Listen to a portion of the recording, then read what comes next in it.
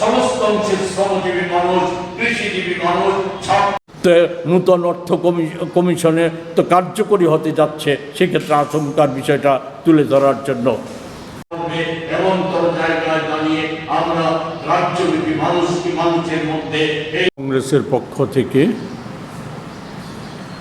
আপনাদের সকলকেই এই শুভ সন্ধ্যায় শুভেচ্ছা এবং অভিনন্দন জ্ঞাপন করছি। আজকে আমাদের এই সাংবাদিক সম্মেলনে উপস্থিত আছেন আমাদের প্রদেশ কংগ্রেসের অন্যতম সহসভাপতি, রাজ্যের কর্মচারী শিক্ষক আন্দোলনের অন্যতম নেতা শ্রী শান্তিরঞ্জন দেবনাথ আছেন, আমাদের আইটি সেলের চেয়ারম্যান সত্যজিৎ ভৌমিক। আমরা যে বিষয়টা নিয়ে আজকে কথা বলতে চাইছি সেটা আপনারা ইতিমধ্যে জেনে গেছেন। গত 21শে মার্চ আমাদের রাজ্যের বিধানসভার বাজেট অধিবেশনে রাজ্য সরকারের তরফ থেকে রাজ্যের অর্থমন্ত্রী বাজেট উপস্থাপনা পেশ করেছে।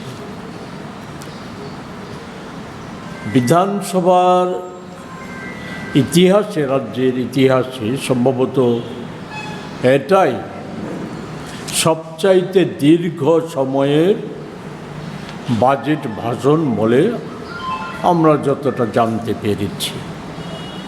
প্রায় 2 ঘন্টার বেশি সময় উনি উপস্থাপনায় ব্যয় করেছেন।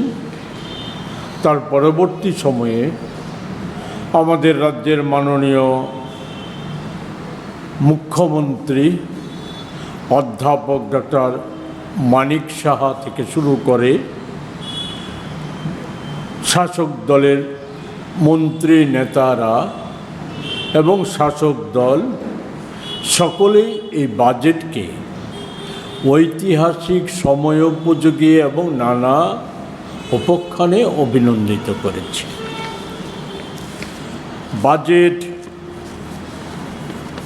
আর্থিক দিক থেকে যে বিষয়টা তুলে ধরেছে, আমি সেই বিষয়টাতে যাওয়ার আগে যে কথাটা বলতে চাই যে 2014 সালের পর কি কেন্দ্রের সরকারের বা আমাদের রাজ্যে, আমি অন্য রাজ্যগুলির কথা বলতে চাই না, আমাদের রাজ্যে 18 সালের পর ডাবল ইঞ্জিন সরকারের এই বাজেট অধিবেশনগুলি, প্রস্তাবিত বাজেটগুলি প্রায় অধিকাংশ ক্ষেত্রেই প্রতিশ্রুতির ফুলঝুরি, নানা রকম শ্রুতিমধুর প্রকল্প, নানা রকম বিষয় যেগুলি তুলে ধরা হয় বা যে পরিমাণ বাজেট বরাদ্দ উপস্থিত করা হয়, কার্যত বছর শেষে মানুষের অভিজ্ঞতা হচ্ছে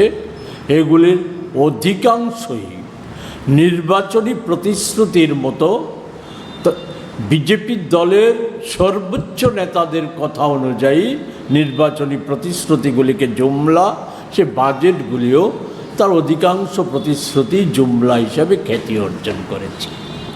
আমাদের রাজ্যে বিগত এই 7 বছরে যে বাজেটগুলি, সেই বাজেটগুলিও সেই খ্যাতি অর্জন করেছে। এবারকার বাজেটেও নানা রকম প্রতিশ্রুতির ফুলঝুরি, আমি তো আগেই বলেছি, এগুলি দেওয়া হয়েছে। টাকার অঙ্কে সব কিছু উল্লেখ করতে চাই না।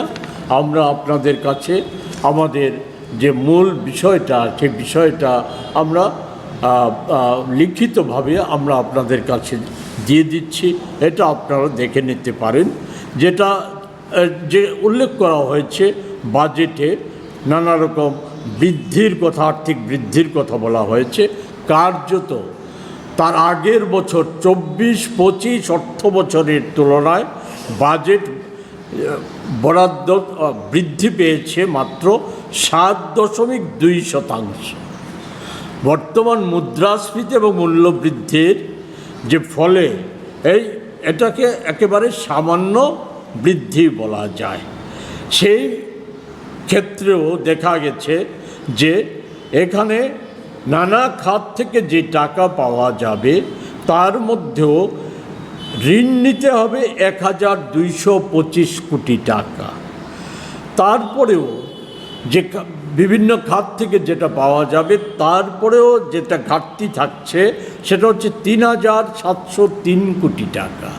তো আমাদের প্রশ্ন হচ্ছে, নিষ্কর বাজেট বলা হচ্ছে, তো এই 3703 কোটি টাকা কোথা থেকে বা আসবে এই বাজেটে প্রকল্পগুলি যদি রূপায়িত করতে যায়? আবার অন্তর্বর্তী সময়ে কি কেন্দ্রের সরকারের প্র্যাকটিস বা রাজ্যের এই ডাবল ইঞ্জিন সরকারের প্র্যাকটিস অনুযায়ী আবারও মধ্যবর্তী সময়ে রাজ্যের জনগণের উপর কর আরোপ করা হবে না তো? এই প্রশ্নটা রাজ্যবাসীর আছে, আমাদেরও আছে।